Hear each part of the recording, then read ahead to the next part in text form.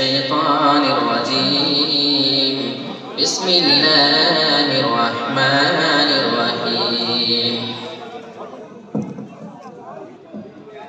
يا نساء النبي لستن كأحد من النساء إن اتقيتن فلا تخضعن بالقول فيطمع الذي في قلبه مرض وقلن قولا معروفا. محترم و موقر صدر مجلس، محترم ناظم جلسہ، اسٹیج پر تشریف فرما نہایت محترم و موقر علماء کرام، نواب گنج اور اس کے پنڈو جوار سے تشریف لائے ہوئے نہایت محترم سامعین، بزرگان دین، نوجوان ساتھیوں، عزیز بچوں، اور بغل میں اور چھتوں کے اوپر موجود میری پردہ نشین خواتین اسلام، پیاری ماؤں اور بہنوں، آج مجھے آپ کے سامنے جس موضوع کے تحت کچھ باتیں کرنے کا حکم ملا ہے اور جس کا مجھے پابند بنایا گیا ہے، اس موضوع کا تعلق خواتین سے، لیکن میری خطاب کے مخاطب ہمارے مرد حضرات بھی ہوں گے۔ بے پردگی کا انجام اس موضوع پہ میں آپ کے سامنے کچھ باتیں کرنے کا بغیر کسی تمہید کے۔ آئیے میں اپنے موضوع پہ آتا ہوں۔ ہماری شریعت نے خواتین کے اوپر کچھ الگ سے پابندیاں لاگو کی ہیں جسے مردوں کے اوپر اللہ رب العالمین نے لاگو نہیں کیا ہے۔ ایسے بہت سے اصول آپ کو ملیں گے کہ جس میں ہماری شریعت نے مردوں کو آزاد چھوڑا ہے، لیکن ہماری شریعت نے عورتوں کے اوپر اس معاملے میں کچھ پابندی عائد کی ہے۔ بسا اوقات ہماری ماؤں اور بہنوں کو یہ محسوس ہوتا ہے، دل میں کبھی کبھی شیطان یہ خیال آپ کو پال سکتا ہے کہ یہ اسلام ہمیں اتنا زیادہ پابند کیوں بناتا ہے جبکہ غیروں کو اس سے، مردوں کو اس سے شریعت الگ کرتی ہے، ہمارے اوپر حجاب کی اتنی پابندی کیوں ہے۔ آج میں آپ کے سامنے کچھ اس انداز میں باتیں رکھوں گا کہ وہ ساری غلط فہمی انشاءاللہ آپ کے ذہن سے دور ہو جائے گی۔ جب بات ہم پردے کی کرتے ہیں، پردے کے مقاصد کی ہم بات کریں تو ظاہر سی بات ہے کہ ایک عورت کو پردے کا حکم اس لیے دیا جاتا ہے تاکہ اس کی عزت محفوظ رہے، اس کی عزت کے ساتھ کوئی کھلواڑ نہ کرنے پائے، اور وہ بات پہنچتی ہے انسان کی شرمگاہ تک۔ تو ہماری شریعت نے زنا تک پہنچنے والے ہر اس راستے کو بند کیا ہے جو ایک مرد کو یا ایک عورت کو اس راستے تک پہنچا سکے۔ آپ مسند احمد کی حدیث اٹھائیں، اس میں اللہ کے رسول صلی اللہ علیہ وسلم نے آگے چل کر کے زنا کی بھی بات کی ہے، لیکن سب سے آخر جو اللہ کے رسول نے جو شروعات کیا ہے اس کی شروعات آپ دیکھیں کہ کہاں سے اس کا آغاز ہوتا ہے۔ فَالْعَيْنَانِ تَزْنِيَانِ وَزِنَاهُمَا النَّظَرُ۔ اللہ کے رسول جناب محمد رسول اللہ ارشاد فرماتے ہیں انسان کی دونوں آنکھیں بھی زنا کرتی ہیں، وَزِنَاهُمَا النَّظَرُ، انسان کی دونوں آنکھوں کا زنا یہ ہے کہ انسان اپنی دونوں آنکھوں سے کسی غلط چیز کو دیکھے جو آپ کے لیے دیکھنا جائز نہیں، آپ اس چیز کو اگر اپنی نظر سے دیکھا کریں یہ آپ کی دونوں آنکھوں کا زنا ہے۔ وَالْيَدَانِ تَزْنِيَانِ وَزِنَاهُمَا الْبَطْشُ، اللہ کے رسول ارشاد فرماتے ہیں انسان کے دونوں ہاتھ بھی زنا کرتے ہیں، ہمیں معلوم نہیں چلنے پاتا ہے کہ ہمارے ہاتھ بھی زنا کر رہے ہیں۔ وَزِنَاهُمَا الْبَطْشُ، اور انسان کی دونوں ہاتھوں کا زنا یہ ہے کہ کسی غلط چیز کو ٹچ کرے، اس کو چھوئے، یہ ہاتھوں کا زنا ہے۔ وَالرِّجْلَانِ تَزْنِيَانِ وَزِنَاهُمَا الْمَشِيُّ، اور انسان کے دونوں قدم، دونوں پیر بھی زنا کرتے ہیں، اور دونوں پیروں کا زنا یہ ہے کہ کوئی بھی انسان اپنے پیروں سے کسی غلط جگہ پہ چل کر کے پہنچے کسی غلط کام کو کرنے کے لیے، یہ زنا کی اتنی ساری قسمیں ہمارے رسول بیان فرما رہے ہیں۔ اس کے آگے ہمارے رسول بیان فرماتے ہیں والقلب یہوا ویتمنا، انسان کا دل آرزو کرتا ہے جب انسان اپنی نظر سے کسی غلط چیز کو دیکھ لیتا ہے، ہاتھوں سے چھو لیتا ہے، پیر سے چل کر وہاں تک پہنچ بھی جاتا ہے، اور اس کے بعد انسان کے جو دل ہوتے ہیں وہ آرزو کرتا ہے، تمنا کرتا ہے اس کام کو کرنے کے لیے۔ والفرج یصدق ذلك او یکذبه، لیکن انسان کی جو شرمگاہ ہوتی ہے، اب اصل معاملہ یہیں پہ آ کر کے رک جاتا ہے، یا تو شرمگاہ اس کی تصدیق کرتی ہے، یعنی یا وہ انسان زنا کر لیتا ہے یا وہ انسان اپنے آپ کو زنا سے بچا لیتا ہے۔ اب یہ حدیث آپ اپنے سامنے رکھیں اور آپ دیکھیں اللہ کے رسول نے زنا کی بات کتنے بات میں کی ہے، کیونکہ مجھے پہنچنے میں آیا تاخیر ہو گئی اور کھانا کھا کے فوراً یہاں پہ آنا ہوا، اس کے معذرت کے ساتھ چائے کی ضرورت پڑتی ہے بس۔ تو اللہ کے رسول نے فرمایا کہ انسان کی شرمگاہ یا تو زنا کرتی ہے یا پھر وہ زنا سے اپنے آپ کو بچا لیتی ہے۔ یہ زنا کے مراحل ہیں، اس پہ آپ ہم غور کریں۔ اچھا، اس میں سب سے پہلے اللہ کے رسول نے جس چیز کا تذکرہ کیا ہے، کمال کی بات ہے کہ وہ آنکھوں کے بارے میں اللہ کے رسول نے فرمایا کہ انسان کی آنکھ زنا کرتے ہیں۔ اسی بنا پہ اللہ رب العالمین قرآن مجید کے اندر مرد کو اور عورت کو دونوں کو اپنی آنکھوں کو جھکا کر چلنے کا حکم دے رہا ہے۔ قُلْ لِلْمُؤْمِنِينَ يَغُضُّوا مِنْ أَبْصَارِهِمْ، اے میرے نبی آپ مومن مردوں سے فرما دیں یہ اپنی نظروں کی حفاظت کیا کریں، اپنی نظروں کو جھکا کر کے رکھا کریں۔ وَيَحْفَظُوا فُرُوجَهُمْ، اور آپ ان مردوں سے یہ بھی فرما دیجئے کہ یہ اپنی شرمگاہ کی بھی حفاظت کیا کریں۔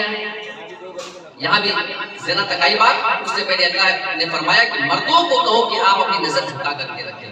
ہماری ماں اور بہنوں، اگر آپ کو یہ لگتا ہے کہ شریعت پابندی صرف آپ پہ عائد کرتی ہے تو آپ کی سوچ غلط ہے۔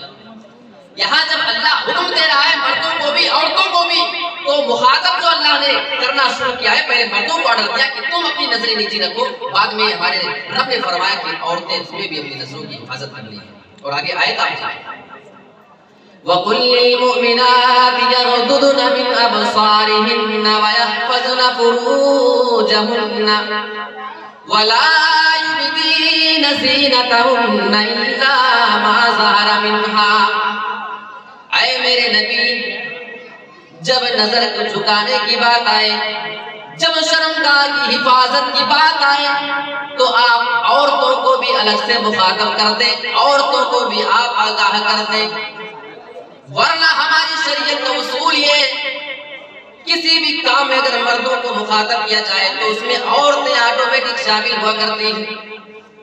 اے مردوں تم نماز پڑھو تو اس میں عورتیں بھی شامل ہیں، تمہیں روزہ رکھنا ہے تو عورتیں بھی اس میں شامل ہیں، تمہیں حج کرنا ہے تو الگ سے ان کا نام لینے کی ضرورت نہ پڑی کہ عورتوں تم بھی یہ کام کرو۔ لیکن جب بات پردے کی آئی، جب بات نظر کی حفاظت کی آئی، جب بات شرمگاہ کی حفاظت کی آئی، تو اللہ نے الگ سے عورتوں کو مخاطب کر کے فرمایا کہ آپ انہیں بھی یہ آرڈر کر دیں، انہیں بھی یہ کام کر لینا چاہیے، یہ اپنی نظروں کو جھکا کر کے رکھا کریں۔ میری پیاری ماں اور بہنوں ذرا غور سے سنیے گا، اس آیت کریمہ کے اندر اللہ رب العالمین نے شروع میں 3 چیزوں کا تذکرہ کیا ہے۔ نظر کو جھکا کر کے رکھیں، وَيَحْفَظْنَ فُرُوجَهُنَّ، اور یہ اپنی شرمگاہوں کی بھی حفاظت کیا کریں۔ وَلَا يُبْدِينَ زِينَتَهُنَّ إِلَّا مَا ظَهَرَ، اے میرے نبی آپ یہ حکم دے دیجئے یہ اپنے زیب و زینت کا، یہ اپنے بناؤ سنگار کا اظہار نہ کیا کریں۔ اب اس 3 حکم میں آپ دیکھیں اللہ نے بیچ میں شرمگاہ کی بات کی ہے کہ عورتوں سے کہے کہ شرمگاہ کی حفاظت کیا کریں۔ پہلے اللہ نے فرمایا نظر نیچی رکھو، بیچ میں کہا کہ شرمگاہ کی حفاظت کرو، اور آخر میں کہا کہ زیب و زینت کا، بناؤ سنگار کا، اپنے حسن کی نمائش نہ کیا کرو۔ یہ ترتیب آپ دیکھیں۔ شرمگاہ کو اللہ نے بیچ میں کیوں رکھا جاتا ہے؟ جب کوئی بڑا امپورٹنٹ آدمی چلتا ہے، جب کوئی نیتا، کوئی لیڈر چل رہا ہوتا ہے، تو آپ دیکھیں گے اس کے باڈی گارڈ اس کے دونوں طرف ہوتے ہیں۔ داہنی طرف بھی گنر ہوں گے سیفٹی کے لیے، بائیں طرف بھی گنر ہوا کرتے ہیں۔ کیوں؟ یا ایک جانب کر دو نا دوسری طرف سے ہٹا دو، آپ کہیں گے غلط ہو جائے گا، کیوں؟ کیونکہ خطرہ اس طرف سے آ جائے گا۔ آپ اگر ادھر سے سیکورٹی ہٹائیں گے تو خطرہ اس جانب سے آ جائے گا، یعنی اگر بیچ والے آدمی کو جو بڑا اہم ہے اگر اسے محفوظ کرنا ہے تو سیکورٹی گارڈ دونوں طرف چاہیے۔ ہماری شریعت کا حکم دیکھیں، اگر ایک عورت کو اپنی شرمگاہ کی حفاظت کرنی ہے تو ایک طرف نظر نیچے رکھ لے اور دوسری جانب اپنے زیب و زینت کا اظہار نہ کرے، بیچ والی چیز شرمگاہ آٹومیٹک محفوظ ہو جائے گی۔ یہ فارمولہ ہمارے رب نے بتایا ہے۔ اگر ہماری مائیں اور بہنیں اس چیز کا اہتمام کر لیں تو اللہ کی قسم جو زنا کے واقعات ہمارے سوسائٹی، سماج اور معاشرے میں نہ جانے کس طریقے سے سننے کے آتے ہیں، اس پر فوراً پابندی لگ جائے گی اور سارے معاملات کا وَلْيَضْرِبْنَ بِخُمُرِهِنَّ عَلَىٰ جُيُوبِهِنَّ، اے میرے نبی آپ یہ بھی فرما دیں کہ اپنے چادر کو، اپنے دوپٹے کو اپنے گھیربان میں ڈال کر کے رکھا کریں۔ یہ ساری پابندی ہماری شریعت نے عورتوں کے اوپر لاگو کی ہے۔ اس کے آگے آئیے ایک اور آیت دیکھتے ہیں۔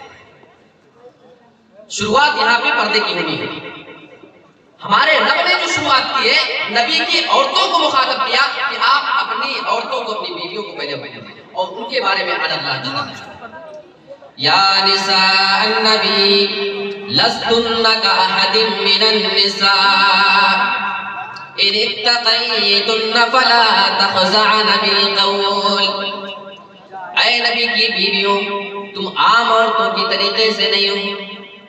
اب یہاں اللہ رب العالمین پہلے نبی کی بیویوں کو مخاطب کر رہا ہے، یہاں پہ اللہ آرڈر تو نبی کی بیویوں کو مخاطب کر کے کر رہا ہے، لیکن اس حکم کے اندر ساری مومنہ عورتیں شامل ہیں، لیکن شروعات اللہ ان کی فیملی سے اس لیے کر رہا ہے۔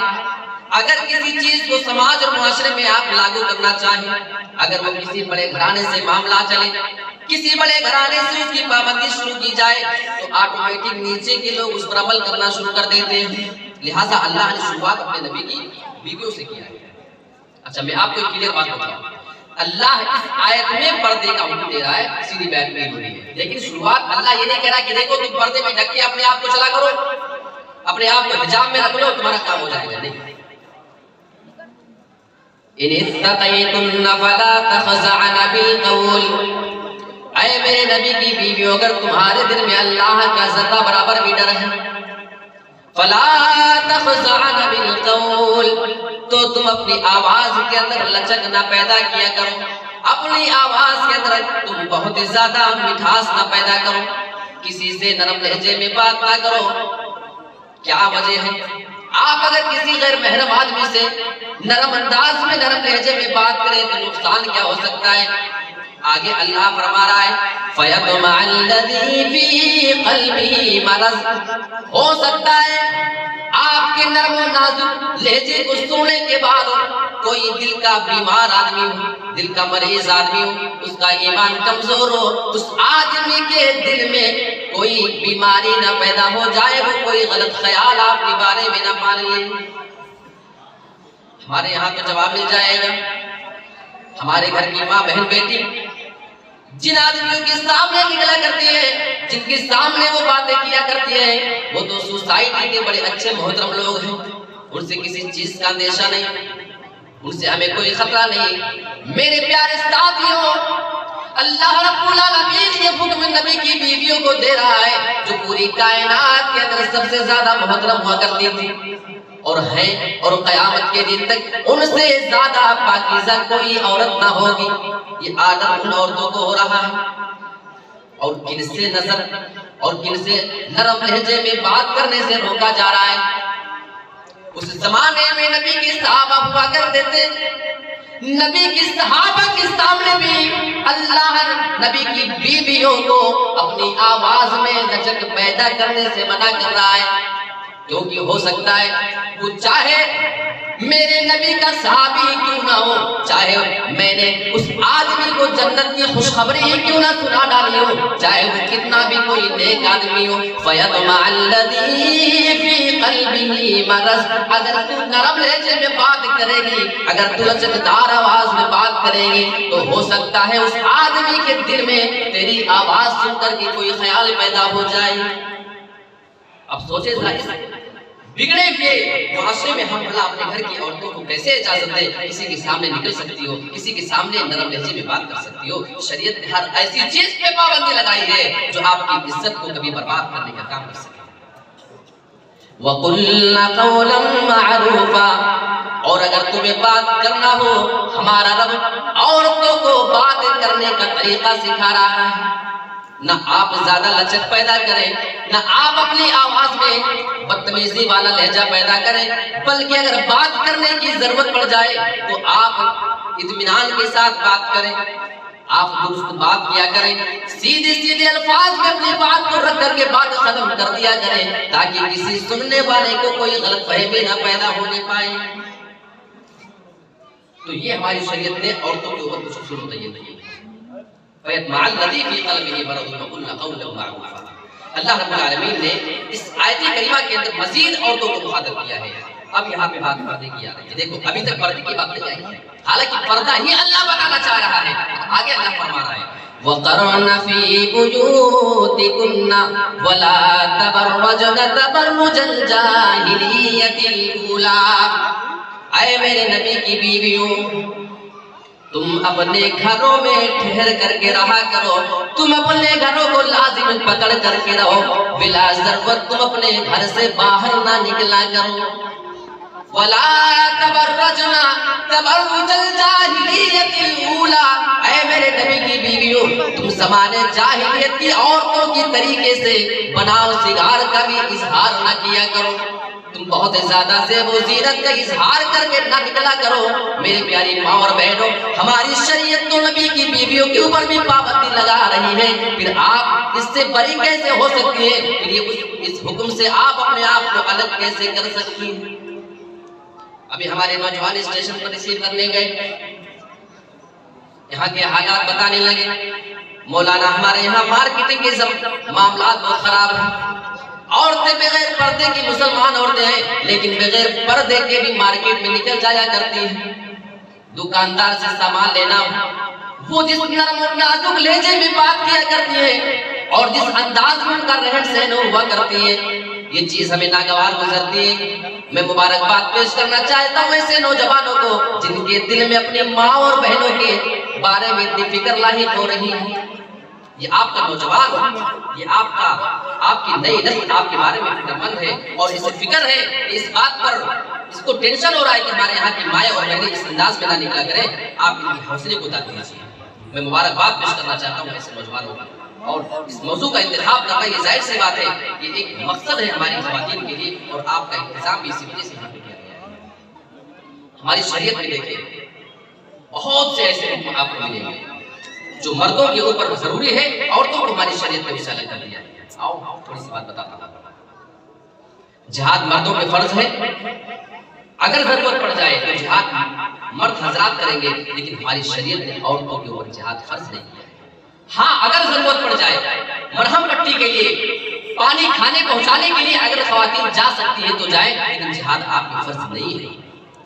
وہ ایک فریضہ، وہ ایک مقام جس کی وجہ سے اللہ نے سیدھی جنت میں داخلے کا وعدہ کیا ہے، لیکن میری پیاری ماں اور بہنوں، ہماری شریعت نے آپ کو اس سے بری رکھا ہے، آپ کو دور رکھا ہے، اس لیے کہ یہ کام گھر سے باہر کا ہے، لہذا ہماری شریعت آپ کو پابند نہیں بناتی۔ 5 وقت کی نماز پڑھنا مردوں کے لیے مسجد میں آ کر کے فرض ہے، لیکن ہمارے رسول نے عورتوں کے بارے میں ارشاد فرمایا کہ عورتوں کی نماز ان کے گھر میں بہتر ہوا کرتی ہے، جو عورت گھر میں نماز پڑھے اس کی نماز زیادہ افضل ہے۔ مردوں کے اوپر جمعہ کی نماز مسجد میں آ کر کے پڑھنا فرض ہے، لیکن شریعت ہماری ماں اور بہنوں کو فرض نماز جو جمعہ اتنی مبارک چیز ہے اس سے بھی آپ کو الگ رکھا ہے اور آپ کو ظہر کی نماز پڑھنے کی تعلیم دی ہے۔ یہ اور بات ہے، کچھ شرائط کے مطابق آپ اگر آنا چاہیں تو آپ کو اجازت ملی ہوئی حدیث میں ملے گی۔ حج اور عمرہ کتنا مبارک کام ہے جس کے بارے میں ہمارے رسول نے فرمایا کہ اگر کوئی آدمی حج مبرور کر لیتا ہے تو اس کا بدلہ جنت کے علاوہ کوئی چیز نہیں، سیدھا جنت میں جانے والا ہے، چاہے مرد ہو چاہے عورت۔ لیکن اگر کسی بھی خاتون کے پاس اس کا محرم گھر میں موجود نہ ہو جو اس کو حج کے لیے لے کر جا سکے، تو ہماری شریعت نے پھر عورت کو تنہا حج اور عمرہ کرنے سے بھی منع کر دیا ہے. یہ ہماری شریعت کی پابندی. آپ اپنا مقام سمجھیں, آپ اپنا رتبہ سمجھنے کی کوشش کریں. وَقَرْنَ فِي بُيُوتِكُنَّ, تم اپنے گھروں میں ٹھہر کر کے رہو. یہ تھوڑی سی وضاحت میں نے آپ کے سامنے رکھی. اور دوسری بات, وَلَا تَبَرَّجْنَ تَبَرُّجَ الْجَاهِلِيَّةِ الْأُولَىٰ, تم زمانے جاہلیت کی عورتوں کے طریقے سے بناؤ سنگار کا اظہار بھی نہ کیا کرو. بناؤ سنگار تو عورت کر سکتی ہے. آئیے آپ کو بتاتا ہوں میری پیاری ماں اور بہنوں, ذرا آپ بھی قرآن کی حدیث میں شریعت کو سمجھنے کی کوشش کرو. اپنی منمانی نہیں, آپ کی طبیعت جو گوارا کرے, آپ کے نیچر کو جو چیز بھائے وہی کام کرنا آپ کا مشغلہ نہیں ہونا چاہیے, بلکہ شریعت آپ کے اوپر کچھ پابندی بھی لاگو کر رہی ہے. زینت دو طریقے کی ہے, ایک اسلامی زینت اور ایک زمانے جاہلیت کی زینت. ہر وہ زینت جو کسی غیر محرم مرد کے لیے, اس کے شوہر کے علاوہ کے لیے لذت کی نظر کا سبب بنے, جس کو دیکھ کر کے وہ آدمی اچھا محسوس کرے, فیل کرے دل میں, وہ زینت زمانے جاہلیت کی زینت ہے. وہ چاہے کسی بھی کسی. آپ زینت اپنے مرد کے لیے تو کر سکتی ہیں, اپنے شوہر کے لیے تو کر سکتی ہیں, لیکن کسی اور کے لیے اگر آپ زینت کرتی ہے اور آپ کی نیت کسی اور کو اچھا لگتا ہے تو یہ زمانے جاہلیت کی زینت ہے. قرآن میں اللہ فرما رہا ہے وَلَا تَبَرَّجْنَ تَبَرُّجَ الْجَاهِلِيَّةِ. اب ایک سوال آپ کے ذہن میں تو آئے گا, کیوں اتنی پابندی ہمارے اوپر؟ آئیے ذرا کچھ مثالیں دیکھیں. ہماری شریعت کی نظر میں آپ کا مقام کیا ہے؟ ہماری شریعت کے اندر جناب محمد رسول اللہ کی نظر میں آپ کا مقام کیا ہے؟ آؤ تھوڑا سا اس کو مثالوں کے ذریعے واضح کریں. ہو سکتا ہے یہ غلط بھی آپ کے ذہن سے آج دور ہو جائے اس جیسے کے ذریعے. دیکھو, جو چیز قیمتی ہوتی ہے وہ ہمیشہ قبر میں ہوتی ہے. آپ درخت دیکھیں, درخت اچھے ہوتے ہیں, درخت پھل دیا کرتے ہیں. درخت کی ایک ڈیمانڈ ہے, دنیا کے سارے درخت اگر کاٹ دیے جائیں, اللہ کی قسم دنیا کا ماحول, اس کی فضا خراب ہو جائے گی, کہ دنیا میں بہت سے معاملات ہو جائیں گے, پردوشن پوری دنیا میں پھیل جائے گا.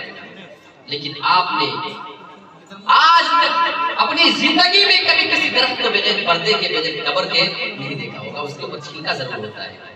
جانتی ہے آپ اگر ایک درخت کے سارے چھلکے اتار دیں, بالکل اس کی قبر سارے نکال دیں, آپ دیکھو گے تھوڑے دنوں کے بعد, ایک آدھ مہینے کے بعد وہ درخت سوکھ جائے گا. وہ درخت کاٹنے کے قابل ہو جائے گا, وہ اس قابل نہیں رہے گا کہ اب پھل دے سکے, وہ کسی کو سایہ دے سکے. لہٰذا آپ جب تک پردے میں ہیں, آپ جب تک حجاب میں ہوتی ہیں, جب تک آپ برقعے کے اندر ہوتی ہیں, اس وقت تک آپ سیف ہیں. ورنہ اگر ایک عورت کو حجاب سے باہر کر دیا جائے تو اس کی عزت لٹنے میں, اس کی ضمیر کو بک جانے میں زیادہ وقت نہیں لگتا ہے, جیسے اگر درخت کے چھلکے اتار دیے جائے تو اسے خراب ہونے میں, اسے سوکھ جانے میں زیادہ وقت نہیں لگتا ہے. ایک اور بہت اچھی مثال آپ کو دیتا ہوں. آپ تو روزانہ مارکیٹنگ کرتی ہوں گی اپنے یہاں. آپ سارے دکانوں کا چکر لگا کر کے ایک بار دیکھ لینا. آپ کپڑے کی دکان پہ چلے جانا, آپ کو کپڑے والا باہر شو کے طور پہ کپڑا دکھاتا ہوا نظر آ جائے گا. وہ باہر لٹکا دیتا ہے کپڑے. چپل اور جوتے کی دکان پہ آپ چلے جائیں گے, آپ دیکھو گے کہ وہ نمائش کے طور پہ اپنے سامان کو دکھا رہا ہے. میڈیکل والا اپنی دوائیاں دکھا رہا ہے.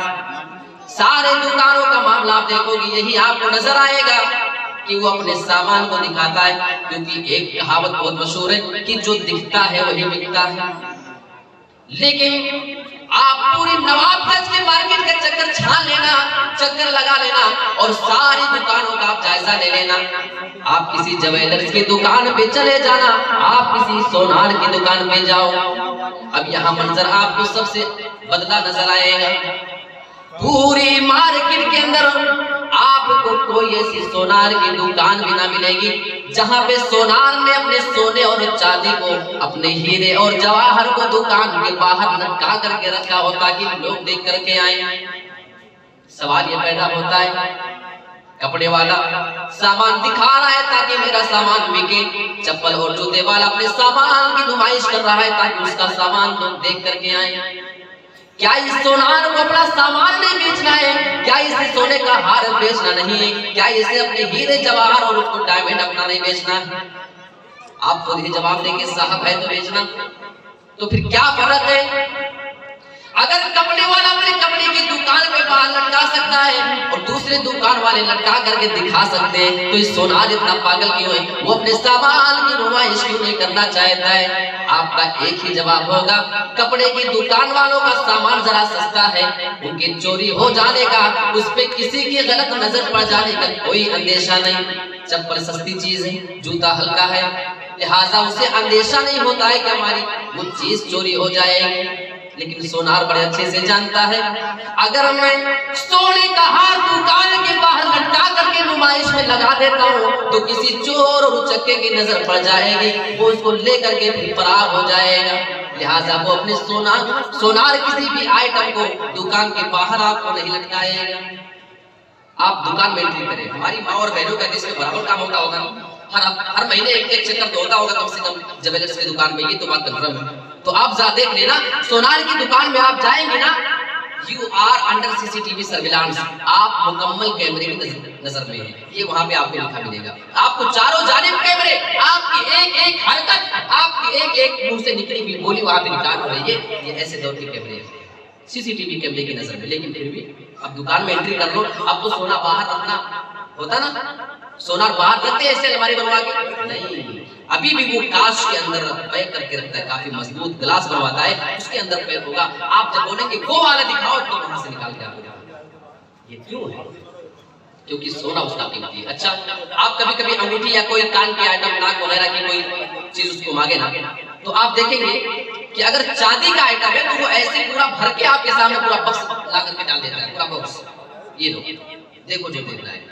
لیکن اگر سونے کی انگوٹھی کا کوئی ڈبہ آپ مانگیں گے تو وہ مکمل طور پہ اس کی کاؤنٹنگ ہوتی ہے، وہ گنا ہوتا ہے کہ اس میں کتنا دیا ہے۔ ایک ڈبہ آپ کو اطمینان سے دے گا، وہ دیکھو نہیں سمجھ میں آیا واپس رکھے گا، پھر دوسرا دے گا۔ دیکھو چاندی کا حساب الگ ہے، سونے کا حساب الگ ہے، جتنی اس کی نظر میں زیادہ قیمتی چیز ہے اس کے ساتھ اہتمام اتنا ہی زیادہ ہو رہا ہے۔ اچھا، یہ تو سونے کی بات ہوگی۔ سونا آپ کو کانچ کے اندر نظر آ رہا ہے، لیکن آپ اسی دکان پہ ہیرا مانگنے کے لیے جائیں، آپ کو اس کانچ کے اندر پھر ہیرے کا کوئی سامان وہاں پہ دکھے گا نہیں۔ آپ اگر اسے ڈائمنڈ کا مطالبہ کرو گے تو سونار اپنے گھر کے اندر جائے گا، وہ اس کا پرسنل کوئی لوک ہوگا، وہاں الماری کے اندر الگ سے کوئی لوک لگا ہوگا، وہاں سے وہ سامان ہیرے اور ڈائمنڈ کا نکال کر کے آپ کو لا کر دے گا، اور پورے مٹھی بھر کر نہیں لائے گا بلکہ ایک آدھ آئٹم لا کر کے آپ کے ہاتھ میں اہتمام کے ساتھ دے گا۔ یہ دیکھو، اگر جلدی سے پسند ہے تو ٹھیک، ورنہ لے کر کے اسی ٹائم پہ اس کو پھر اندر رکھ کے آئے گا۔ یہ ذرا سونار کا مزاج تو دیکھو، سونے اور چاندی میں اس کا معاملہ الگ تھا، لیکن ہیرے کے معاملے حساب اس کا الگ ہو گیا ہے۔ اب وہ یہاں بھی نہیں دکھانا چاہتا ہے، لیکن اتنا زیادہ خیال کرنے کے باوجود ایک بات جو آپ دیکھتے ہوں گے، وہ چاہے کتنا بھی قیمتی ہار ہو، 10 لاکھ کا ہو، 1 کروڑ کا ہی کیوں نہ ہو، سونار اس بات میں مجبور ہو جاتا ہے کہ وہ آپ کے ہاتھ میں اپنے سامان کو دیتا ہے۔ اور عورتیں جلدی سے پہن کر کے فوٹو وغیرہ بھی لے لیتی ہے کہ دیکھو 10 لاکھ روپے کا ہار ہے نہیں، پیچھے بلر کر دو اور لگے گا کہ ہاں آپ نے کہیں پہن کے اس کا فوٹو لیا ہوا ہے، تو وہ آپ کو دے رہا ہے، وہ آپ کو دکھانے پہ مجبور ہے، کیونکہ جب آپ دیکھیں گے نہیں تو خریدیں گے کیسے؟ کتنی بھی قیمتی چیزیں وہ سونار بھی اب یہاں مجبور ہو گیا، اس کو دکھانا ہی پڑے گا۔ لیکن ہماری شریعت کی نظر میں، ہمارے اسلام کے ہیرو جناب محمد رسول اللہ کی نظر میں خواتین کا مقام یہ ہے، ہماری شریعت حکم دیتی ہے کہ تمہارے اوپر کسی غیر محرم آدمی کی بھی نظر نہ پڑنے پائے، اور نظر تو بہت دور کی بات ہے۔ جب تم کسی بھی محفل سے اپنے آپ کو نکالا کرو، کسی محفل سے گزرنے کا موقع ملے، اللہ کے رسول ارشاد فرماتے ہیں وَالْمَرْأَةُ إِذَا اسْتَعْتَرَتْ فَمَرَّتْ بِالْمَجْلِسِ فَهُوَ كَذَا وَكَذَا یعنی زانیہ۔ اللہ کے رسول فرما رہے ہیں عورتوں کا معاملہ اتنا زیادہ خطرناک ہے، عورتوں کو اپنے آپ کو اتنا زیادہ بچا کر کے رکھنے کی ضرورت ہے۔ اگر کوئی عورت کسی مجلس سے نکل جایا کرے، یہاں پہ بے پردہ ہونے کے الفاظ میں صرف گزر جائے، استعطرت کسی خوشبودار چیز کا استعمال کر کے اگر وہ نکل جایا کرے، صرف یہاں لوگ بیٹھے ہیں، آپ اگر حجاب کے ساتھ بھی کوئی خوشبودار چیز کا استعمال کر کے ایک بار گزر جائیں، اللہ کے رسول فرما رہے ہیں فَهِيَ كَذَا وَكَذَا، وہ عورت پھر ایسی ہے ایسی ہے۔ اور کسی کو شک نہ پڑے کہ کیسی ہے۔ ہمارے رسول نے بالکل کھلے الفاظ میں اس کے وضاحت بھی کر ڈالی ہے، یعنی زانیہ، یعنی وہ عورت پھر زناکار ہے، وہ عورت اپنے جسم کو بیچنے والی ہے، وہ عورت اپنی عزت کو نیلام کرنے والی زانیہ عورت ہے۔ یہ ہماری شریعت کا ہے، یہ ہمارے رسول کے فرمان ہے آپ کے لیے، ہماری شریعت آپ کو فتویٰ دینا چاہتی ہے۔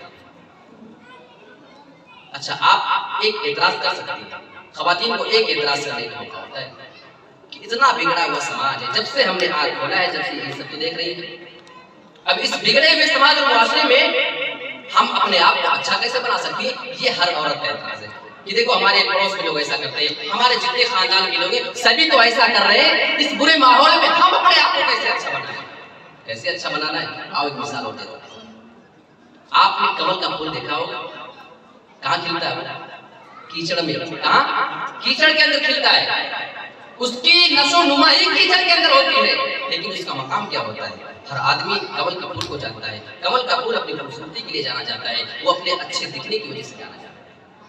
میری پیاری ماؤں اور بہنوں، یہ کمل کا پھول جو کیچڑ میں کھل کر کے اپنے آپ کو اچھا بنا کر کے رکھتا ہے اور لوگ اس کو دیکھنا چاہتے ہیں، لوگ اس کا فوٹو لینا پسند کرتے ہیں، جبکہ اس کے آس پاس صرف اور صرف گندگی ہے، وہاں پہ اچھی نام کی کوئی چیز نہیں ہے۔ اگر وہ کمل کا پھول گندگی میں کھل سکتا ہے تو آپ اس غلط سماج میں، اس غلط معاشرے میں، اس گندی سوسائٹی میں، اس کلچر کے اندر آپ اپنے آپ کو باحجاب کیوں نہیں بنا سکتی ہے؟ آپ اپنے آپ کو ایک دیندار عورت کیوں نہیں بنا سکتی ہے؟ بس یہ کمل کا پھول آپ کے لیے کافی ہے، یہ آپ کے پاس بہانے کے لیے ایک ہمارے یہاں کی عورتوں کا معاملہ حجاب کے معاملے میں بلا ضرورت پردے کی نکل جائے، اور ایک رسول کے زمانے کی عورتیں ہوا ایک بڑھیا عورت ہے، اس کو خبر ملتی ہے کہ اس کا بیٹا جنگ کے اندر شہید کر دیا گیا۔ خبر ملنے کے بعد تھوڑی دیر کے بعد عورت اپنے بیٹے کی لاش کے پاس آتی ہے، سارے صحابہ اس کو دیکھ کر کے پریشان ہیں۔ یہاں اس کے جنازے، اس عورت کے جوان بیٹے کی شہادت کی خبر ملی اور آنے میں وہ تاخیر کیوں لگا رہی تھی؟ جب وہ عورت آتی ہے تو صحابہ نے کیا دیکھا کہ وہ عورت اپنے آپ کو مکمل پردے میں ڈھانک کر کے لا رہی تھی، مکمل طور پہ پردے میں۔ صحابہ سوال کرتے ہیں، اے میری پیاری ماں، جب تجھے اپنے جوان بیٹے کے انتقال کی خبر ملی تھی، تیرا بیٹا جنگ کے اندر شہید کر دیا گیا ہے، کوئی دوسری عورت ہوتی سننے کے بعد فوراً وہ آ چکی ہوتی، لیکن تو حجاب کر رہی تھی، تو اپنے آپ کو برقعے میں ڈھانپنا ضروری سمجھ رہی تھی، یہ کیا معاملہ ہے؟ تو جانتی ہو اس عورت نے کیا جواب دیا تھا؟ اے میرے نبی کے ساتھیو، ابھی جنگ کے اندر میرا بیٹا شہید ہوا ہے، میرا بیٹا تو مر چکا ہے، لیکن ابھی میری غیرت زندہ ہے، میرا ضمیر ابھی زندہ ہے، جو اس بات کی اجازت مجھے نہیں دے رہا تھا کہ میں اپنے آپ کو اس مصیبت کے موقع پر بھی بے حجاب لوگوں کے سامنے پیش کروں۔ میری پیاری اور بہنوں، ذرا غور کرو، وہ ہمارے رسول کے زمانے کی عورتیں ہوا کرتی تھی، جب اس سماج کے بارے میں ہمارا قرآن یہ آرڈر کر رہا ہے، اے میری پیاری ماں اور بہنوں، تم اپنے آپ کو جب بھی باہر نکالا کرو تو مکمل طور پہ چادر کے اندر ڈھانپ کر کے نکالا کرو۔ جبکہ صحابہ اتنے نیک ہوا کرتے تھے، اس زمانے کی عورتیں اتنی زیادہ دیندار ہوا کرتی تھی، تو جب نیک زمانے کا وہ حال ہے تو آج ذرا غور کریں کہ آپ کو اس معاشرے میں اپنے آپ کو کس طریقے سے بنا کر کے رکھنے کی ضرورت ہے۔ یہ مثال آپ کے لیے کافی ہے۔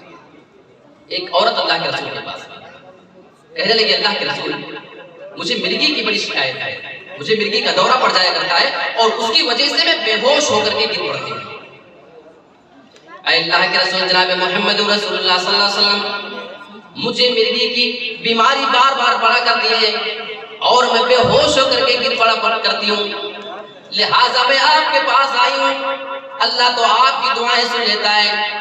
اے اللہ کے رسول، آپ اللہ رب العالمین سے میرے لیے ایک دعا کر دیں، آپ اللہ سے یہ دعا کر دیں کہ اس بیماری کو میرے کو ٹھیک کر دیں، کیونکہ میں اس کی وجہ سے بہت زیادہ پریشان ہو جاتی ہوں۔ ہمارے رسول نے اس عورت کے معاملے کو سنا، غور سے سنا اور اس کے اوپر غور کر لیا۔ آپ فرماتے ہیں، اے میری پیاری بہن، میں تیری بات کو سن چکا ہوں، تجھے مرگی کا دورہ پڑا کرتا ہے، تو تھوڑے تھوڑے دیر کے بعد بے ہوش ہو جایا کرتی ہے اور تو مجھ سے دعا کروانا چاہتی ہے تاکہ اللہ تجھے اس بیماری سے شفا دے۔ تو میں تجھے دو آپشن دیتا ہوں، اگر تو چاہے تو میں تیرے لیے دعا کر دیتا ہوں اور اللہ رب العالمین پہ تیری اس بیماری کو ختم کر دے گا، تو صحیح ہو جائے گی۔ دوسرا آپشن یہ ہے، اگر تو اس بیماری کے اوپر اللہ کی تقدیر کو سمجھ کر بھروسہ کر کے تو اگر صبر کر لیتی ہے تو صبر کرنے کی وجہ سے وَلَكِنْ جَنَّةٌ، اللہ تجھے صبر کرنے کی وجہ سے جنت دے گا۔ یا تو بیماری صحیح کروا لے یا پھر جنت کی بات دوسری جانب۔ کہنے لگے اللہ کے رسول، بات اگر میرے سامنے جنت کی آ گئی ہے تو اب میں آپ سے یہ دعا نہ کرواؤں گی کہ اللہ میری مرغی کی بیماری کو صحیح کر، میں اسی میں جی لوں گی، بس مجھے تو اپنے رب کے پاس جنت کو چاہیے، میں جنت چاہتی ہوں۔ وہ عورت اتنا بول کر کے خاموش، آگے دوسری ریکویسٹ کرتی ہے، میری پیاری ماں اور بہنوں، آؤ نبی کے زمانے کی عورتوں کے معاملات کو ذرا دیکھو، وہ مرغی کی بیماری کی حالت میں کیا پوزیشن تھی۔ کہنے لگے اے اللہ کے رسول، اب آپ میرے لیے اس بیماری سے صحیح ہونے کی دعا نہ کریں، اب میں آپ سے پوری زندگی اس کا مطالبہ نہ کروں گی، مجھے ایسے ہی رہنے دیں۔ لیکن اللہ کے رسول، جب مجھے مرغی کی بیماری پڑا کرتی ہے، جب میں بے ہوش ہو کر کے گر جایا کرتی ہوں، مجھے ہوش پھر باقی نہیں رہتا ہے کہ کیا ہو رہا ہے۔ اس ٹائم پہ میری سطر بھی کھل جایا کرتی ہے، میری کچھ پردے والی چیزیں بھی کھل جایا کرتی ہیں اور غیر مردوں کی نظر پڑ جاتی ہے۔ اے اللہ کے رسول، اگر میں مرغی کی حالت میں بھی بے ہوش ہو کر کے گر جاؤں اور میری صدر کھل جایا کرے تو یہ بات مجھے گوارا نہیں ہے، اور آپ اللہ سے یہ دعا کر دیجئے، بس تھوڑی سی ریکویسٹ آپ سے میں کر لیتی ہوں، اللہ سے اتنی دعا ضرور کر دیں کہ جب میں بے ہوش ہوا کروں تو اس ٹائم میں اللہ میری صدر کی حفاظت کر لے، پھر میں بے پردہ نہ ہوا کروں۔ اب رسول سن چکے ہیں، وہاں اتنی بڑی بیماری کی بات تھی، لیکن ہمارے رسول نے اس عورت کے سامنے دو آپشن رکھ دیے تھے، چاہے تو دعا کر دوں تو صحیح ہو جائے گی، اور چاہے تو اسی حالت میں رہے، صبر کرنے کی وجہ سے پھر تجھے اللہ جنت دے دے گا۔ لیکن جب بات رسول نے پردے کی سنی، جب بات اللہ کے رسول نے اس عورت کے بے پردگی کی بات کو سنا، اب ہمارے رسول کے سامنے بھی کوئی آپشن نہ بچا۔ آپ نے یہ نہیں کہا اے میری بہن کیا ہوا جب مرغی تجھے پڑ جایا کرے گی تو بے ہوش ہو جائے گی، تجھے کیا خبر کہ تیری صدر کی کون سی چیز کو کس نے دیکھا ہے، تو اس پہ بھی صبر کر لے اور اللہ تجھے جنت دے گا۔ ہمارے رسول نے اس کے سامنے اب کوئی بھی آپشن نہیں رکھا، کیونکہ یہاں بات پردے کی تھی، بیماری کی بات تھی، تو ہمارے رسول نے آپشن دلا دیے تھے، لیکن جب بات پردے کی آئی تو رسول کو فوراً دعا کرنی پڑی، اور اللہ رب العالمین نے بھی جب پردے کی بات آئی تو اللہ کے رسول کی دعا کو فوراً قبول کر لیا۔ اب وہ عورت دوبارہ جب بے ہوش ہو کر کے گرا کرتی تھی تو اس عورت کے سطر نہیں کھلا کرتے تھے۔ یہ عورت ہوا بے ہوش ہے، اس ٹائم پہ اپنی فکر ہے سطر پوشی، اس ٹائم پہ فکر ہے کسی غیر محرم کی نظر میرے چہرے پہ نہ پڑ جائے، میرے پیر، میرے جسم، میرے ہاتھ کے کسی حصے پہ جو ننگا حصہ ہو جائے اس پر نہ پڑ جائے۔ آج ہماری ماں اور بہنوں، آپ کو تو پورے ہوش و حواس میں اپنی نمائش کرنے کا جذبہ ہے، آپ اپنے آپ کو اس لائق بناتی ہیں کہ لوگ آپ کو دیکھیں۔ اگر کوئی بے پردہ عورت نکل جائے اور سارے نوجوان یہ ٹھان کر ایک جگہ بیٹھ جائیں کہ آج اس لڑکی کو کوئی نہیں دیکھے گا، اس کو جانے دو، کوئی نظر نہ اٹھا کر کے دیکھے، تو اللہ کی قسم وہ لڑکی گزرنے کے بعد پریشان ہو جائے گی، کیا کمی رہ گئی، کسی کمینے نے آج دیکھا کہ نہیں مجھے، پلٹ کر کے کوئی کمی تلاش کرے گی۔ یہ حالت ہماری ماں اور بہنوں کا۔ میری پیاری ماں اور بہنوں، آپ کو ہماری شریعت مقام دینا چاہتی ہے، اس مقام کی آپ مستحق ہیں۔ ہمارے یہاں چھوٹی بچیوں کے معاملے میں جب آپ کبھی کبھی پردے کی بات کرو کہ آپ کے گھر کی بچی جب چھوٹی رہے اسی ٹائم سے اس کو پردے کی تعلیم دیں تو بڑا سمپل سا جواب ملتا ہے، ابھی تو ہمارے گھر کی بچی چھوٹی ہے۔ کتنی چھوٹی ہے؟ چھوٹی کی کیا لیمٹ ہے آپ کے؟ 8 سال کی ہے تب بھی چھوٹی، 10-12 سال کی ہوگی تب بھی چھوٹی ہے، ابھی وہ بغیر دوپٹے کے نکلے ابھی آپ کی نظر میں چھوٹی ہے، کوئی لیمٹ ہے آپ کی نظر میں؟ آئیے رسول کے گھرانے سے ہم بات کریں۔ وَلَكُمْ لَقَدْ كَانَ لَكُمْ فِي رَسُولِ اللَّهِ أُسْوَةٌ حَسَنَةٌ۔ اے مسلمانوں، اگر تمہیں کسی معاملے میں کسی کو اپنا آئیڈیل بنانا ہے، کسی معاملے میں تمہیں اپنا نمونہ بنانا ہے تو اللہ کے رسول کی زندگی میں اور ان کے گھرانے میں تمہارے لیے آئیڈیل موجود۔ ہمارے رسول کو کافروں نے مکہ کے اندر اتنا زیادہ مارا کہ آپ لہو لہان ہو کر کے گر پڑے، آپ کے سر اور پیشانی پہ خون لگا۔ رسول کی چھوٹی سی بیٹی آتی ہے حضرت فاطمہ، سب سے چھوٹی لڑکی رضی اللہ عنہا، ابھی عمر زیادہ سے زیادہ 5 یا 6 سال کے درمیان، وہ چھوٹی سی بچی آتی ہے اور اپنے سر سے دوپٹہ اتار کر اپنے باپ کے سر کے خون کو صاف کر رہی تھی۔ اس چھوٹی سی بچی کا اپنے سر سے دوپٹے کا اتارنا اور اپنے آپ کو دوپٹے کے ساتھ پیش کرنا، یہ آپ کو تعلیم دے رہا ہے کہ آپ اپنے گھر کی بچیوں کو چھوٹے پہ پردے کی تعلیم دیا کریں، یہی اس کے لیے بہتر ہے۔ آئیے اس کو ایک مثال کے ذریعے بتاؤں کہ کیا فائدہ ہوگا اگر آپ بچپنے میں کسی چیز کی تعلیم دیں اور اگر بڑے ہونے کے بعد آپ تعلیم دیں تو اس کا نقصان کیا ہو سکتا ہے۔ جو چیز اس کا وقت ہوتا ہے اسی ٹائم میں وہ چیز کارگر ثابت ہوتی ہے۔ آپ نے لوہار کی دکان دیکھی ہوگی، آپ کے یہاں لوہار ہے شہر، لوہار کی دکان آپ دیکھیں گے وہ بھٹی سلگاتا ہے، کوئلے وغیرہ ڈال کر پورا لال اور سرخ کر لیتا ہے اسے، اب اس کے اندر لوہا ڈالتا ہے، وہ کچھ اوزار اس کو جو بنانے ہیں وہ لوہا ڈالے گا اور بھٹی کافی سرخ اور لال کرنے کے بعد اس لوہے کو نکالتا ہے اور اس کے پاس گھن یا ہتھوڑا ہوتا ہے۔ وہ کس لیے ہوتا ہے؟ تاکہ لوہے پر پٹائی کر کے اسے صحیح آکار دے سکے، اسے چھری بنانا ہے، چاقو بنانا ہے، کچھ بھی بنانا ہے تو اب وہ پیٹ پیٹ کر کے اس کا آکار دیتا ہے۔ ٹھنڈا ہو گیا دوبارہ ڈالے گا، اب پھر جیسے لال اور گرم رہے گا فوراً لا کر کے دے گا اور اس کے پاس فوراً اس کو گھن اور تھوڑے مارتا ہے۔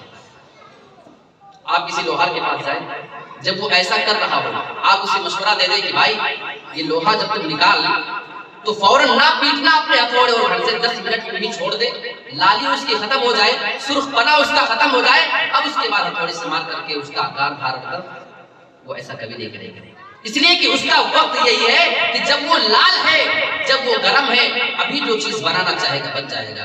اگر ہلکا ہونے کے بعد، وہ ٹھنڈا پڑ جانے کے بعد اب اگر اس پہ وہ ہتھوڑا مارے گا تو ہو سکتا ہے اب وہ چیز بنے گی تو نہیں، لیکن ہو سکتا ہے کہ وہ ہتھوڑا چھٹک کر کے اس کے منہ پر بھی آ کر کے لگ جائے، کیونکہ وہ جو چیز کرنے کا وقت تھا وہ چیز نکل چکی ہے، وہ وقت گزر گیا، اب بعد میں کریں گے تو کام نہیں آئے گا۔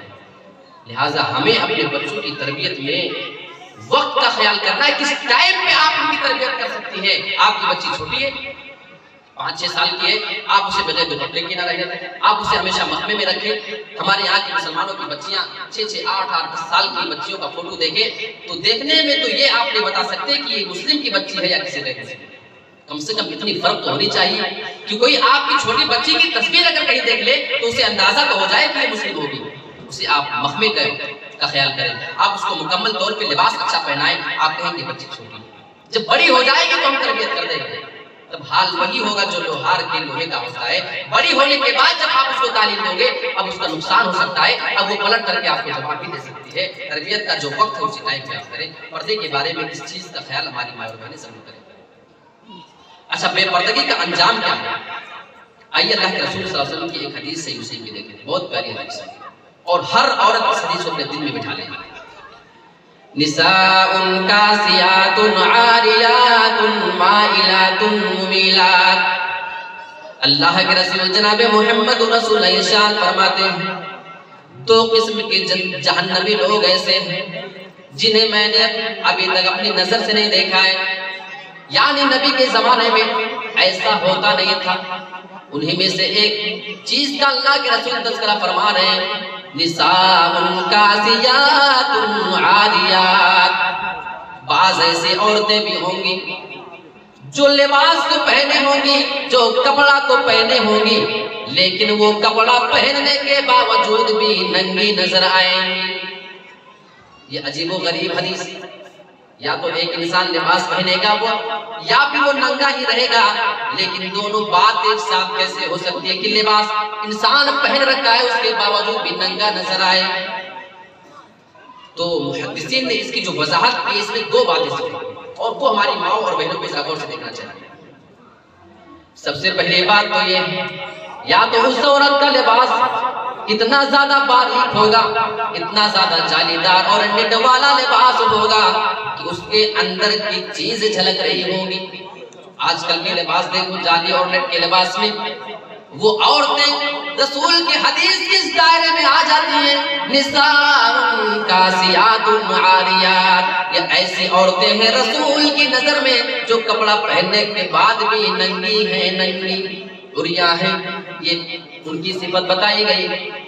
مائلات ممیلات، وہ عورتیں دوسروں کو مائل کرنے والی ہوں گی اور دوسروں کی جانب خود بھی مائل کرنے والی، خود بھی مائل ہو رہی ہوں گی۔ ان کی خوبصورتی کی وجہ سے نوجوان فتنے میں پڑ جائیں گے اور دوسروں کو دیکھ کر کے یہ بھی مائل ہوا کریں گے۔ اب اتنا کچھ بیان کرنے کے بعد اللہ کے رسول نے انجام جو بیان کیا ہے، لا يدخلن الجنت ولا یجدن ریحھا، ایسی عورتیں جو ایسا لباس پہننے والی ہیں وہ جنت کے اندر نہیں داخل ہو سکتی ہیں اور نہ اس کی خوشبو پا سکتی ہیں۔ یہ کن کی بات ہو رہی ہے؟ یہ مسلمان عورتوں کی بات کر رہا ہوں، کسی غیر مسلم کی نہیں۔ یہ آپ جو اپنے آپ کو عائشہ کہتی ہیں، آپ کا نام فاطمہ بھی ہے، آپ کا نام عابدہ ہے، زاہدہ ہے، میری پیاری ماؤں اور بہنوں، یہ ساری صفت ہونے کے باوجود اگر آپ کے لباس کی کمی ہے، پہلی بات اگر نٹدار لباس ہے، ہماری شریعت کی نظر میں آپ ننگی ہے۔ اور دوسری صفت جو محدثین نے بیان کی ہے، لباس کتنا زیادہ فٹ ہوگا، لباس کتنا زیادہ ان کا ٹائٹ ہوگا، باڈی کو پکڑ کر کے رکھا ہوگا کہ ان کے اعضاء نظر آ رہے ہوں گے، ان کے جسم کے اتار اور چڑھاؤ اور اس کے نشیب و فراز سمجھ میں آئیں گے۔ ایسی عورت لباس پہننے کے بعد بھی ننگی ہے۔ آئیے میں آپ کو ایک آدھ رپورٹ بتاتا ہوں امریکہ کی، جو ہماری شریعت کے اندر پردے کی اہمیت کو سمجھاتا ہے۔ ایک رپورٹ امریکہ کی آئی ہے سن 1980 سے لے کر کے 1985 کے درمیان کی بات ہے، 1980 سے لے کر 1985، 5 سے 6 سال کے درمیان کی رپورٹ ہے۔ رپورٹ میں یہ بات بیان کی گئی ہے کہ وہاں پہ جتنی لڑکیوں کی شادی کی گئی اس 5 سے 6 سال کے بیچ میں، تو باقاعدہ جو چیک اپ وغیرہ کے بعد جو رپورٹ سامنے آئی تھی، اس میں صرف 14% ایسی لڑکیاں تھیں جو حقیقت میں کنواری تھی، جنہوں نے اپنے جسمانی تعلقات کسی سے قائم کیے۔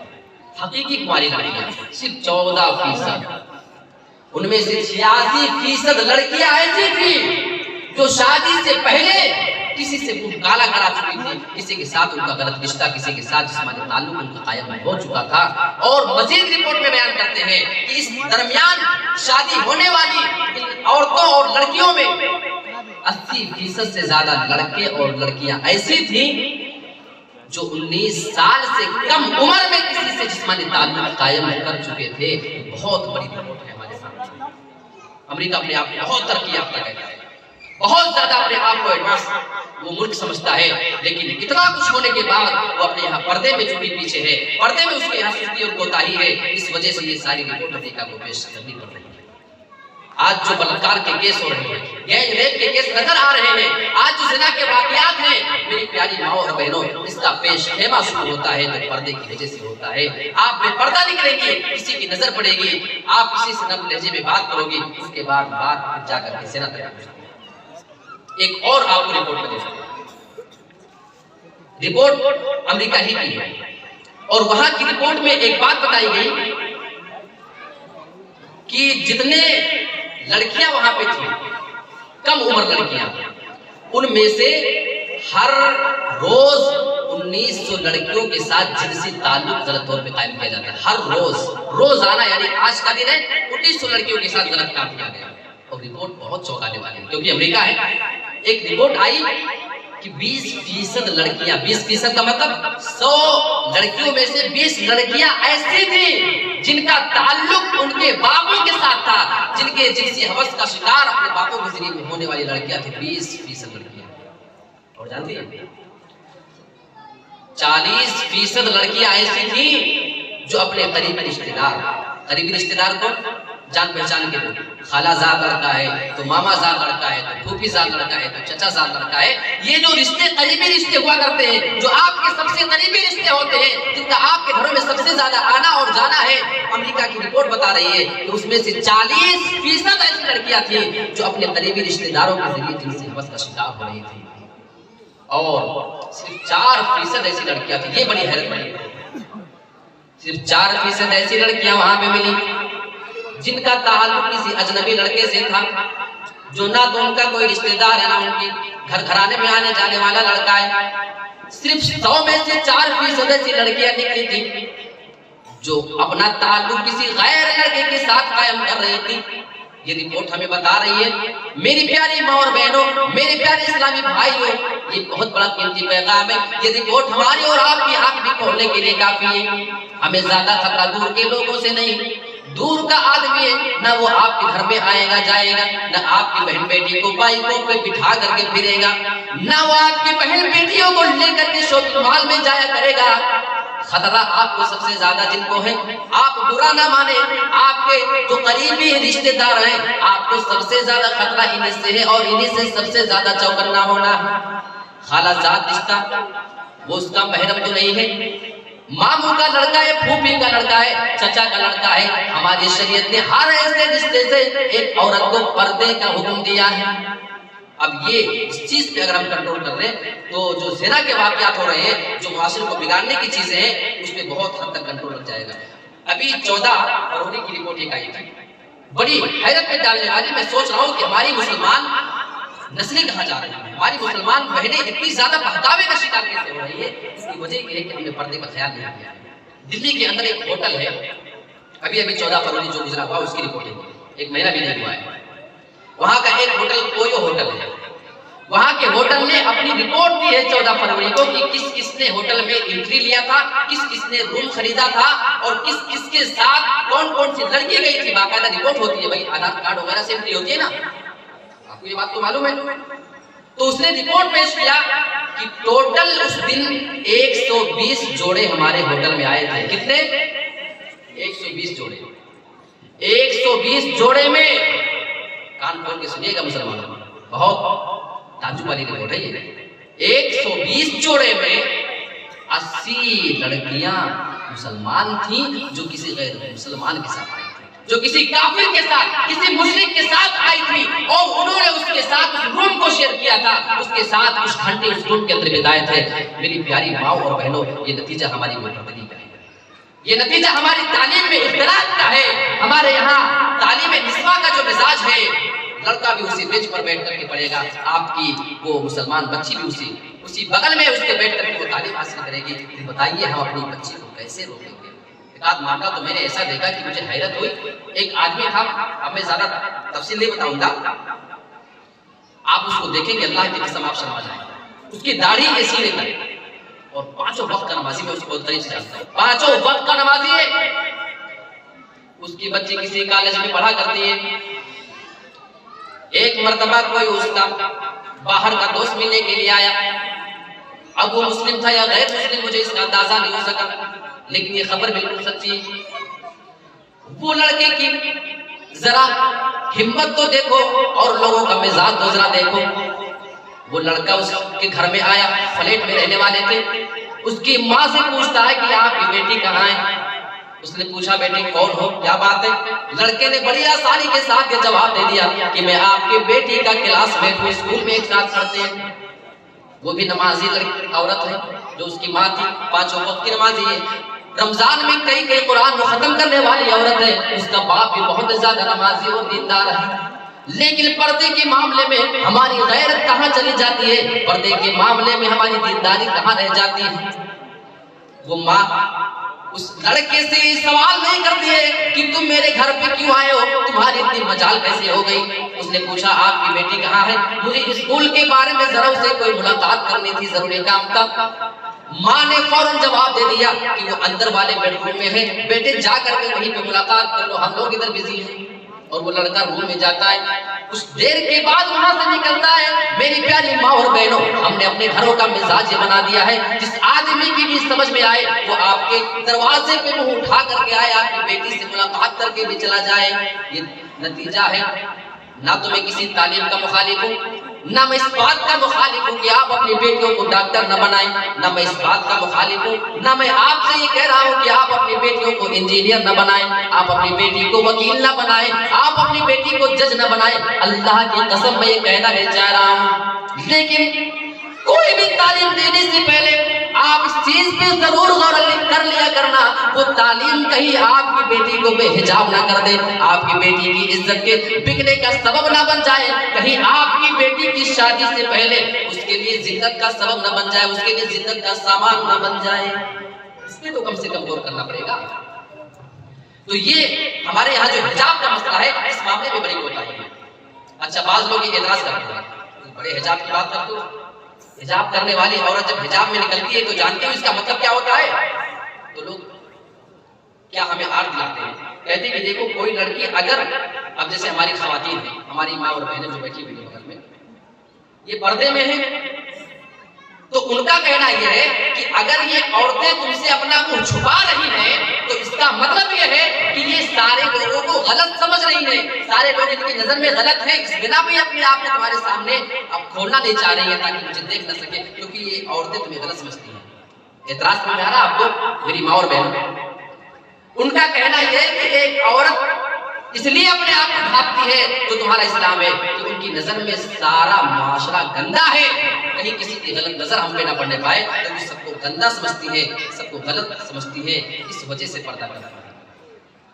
بات ایسی نہیں، بات یہ ہے کہ ہماری شریعت نے جو عورتوں کو پردے کا حکم دیا ہے اس وجہ سے نہیں کہ عورت کی نظر میں سارے لوگ گندے ہیں، سارے لوگ برے ہیں، اس وجہ سے ہماری شریعت نے پردے کا حکم نہیں دیا۔ آپ کے یہاں کوئی پولیس اسٹیشن ہے جہاں پہ پولیس اسٹیشن کھلا ہوگا، تو کیا وہاں پہ پولیس اسٹیشن اس لیے سرکار نے قائم کیا ہے کہ وہاں کے سارے لوگ ڈاکو ہیں، سارے لوگ چور اچکے وہاں پہ بستے ہیں؟ بات ایسی ہے کیا؟ نہیں نا، وہ اس لیے ہے کہ اگر کوئی غلط کرے تو اس کو پکڑ سکے، اس کو سزا دے سکے۔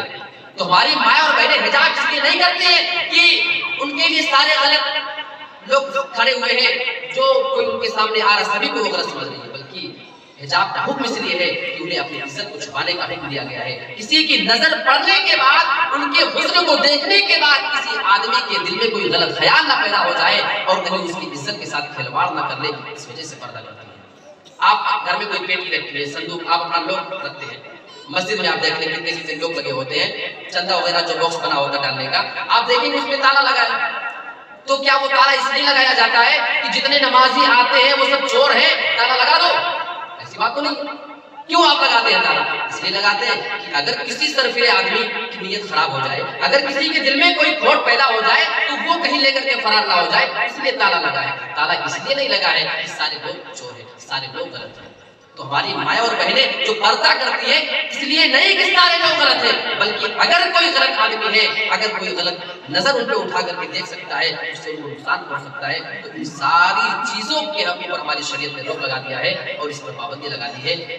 مجھے 1 گھنٹے کا وقت ملا تھا اور چونکہ یہ 11:15 کا وقت ہو چکا ہے، لہٰذا میں انہی باتوں کے ساتھ اپنی بات کو ختم کرتا ہوں، اور میں آپ تمام حضرات کا دل سے شکر گزار ہوں کہ جنہوں نے مجھے اس لائق سمجھا کہ اپنے درمیان اتنا بہترین موقع دیا اور ہمارے اتنے بڑے بڑے علماء کرام کی نگرانی میں مجھے کچھ باتیں رکھنے کا موقع عنایت فرمایا۔ اللہ رب العالمین سے دعا کرتے ہیں کہ پروردگار کہی گئی باتوں پر سب سے پہلے مجھے، اس کے بعد آپ تمام حضرات کو بھی عمل کرنے کی پوری توفیق عطا فرمائے، آمین۔ وآخر دعوانا الحمدللہ رب العالمین، والسلام علیکم ورحمۃ اللہ وبرکاتہ۔